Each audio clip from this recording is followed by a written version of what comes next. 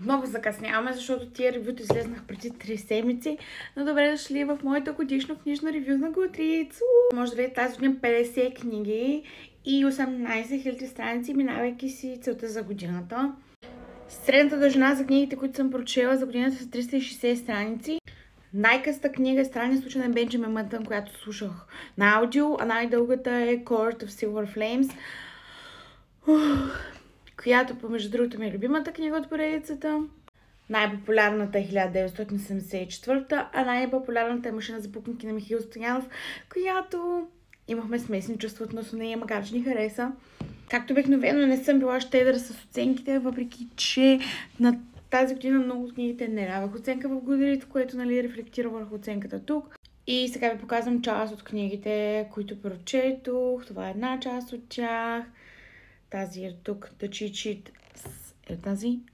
Съква. Една от любимите ми, образована.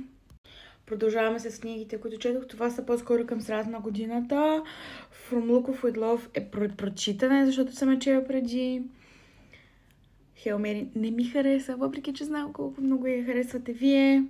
Към края на годината започва да се случва някаква екзистенциална криза. Ще видите малко по-надолу, но тук стартирам.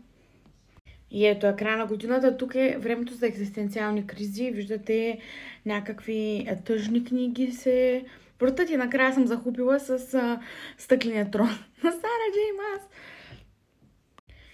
И така, хора, това е годината ми в Goodreads. Надявам се до година да сме отново заедно. Обичам ви и ви желая да се прекарваме на новата година.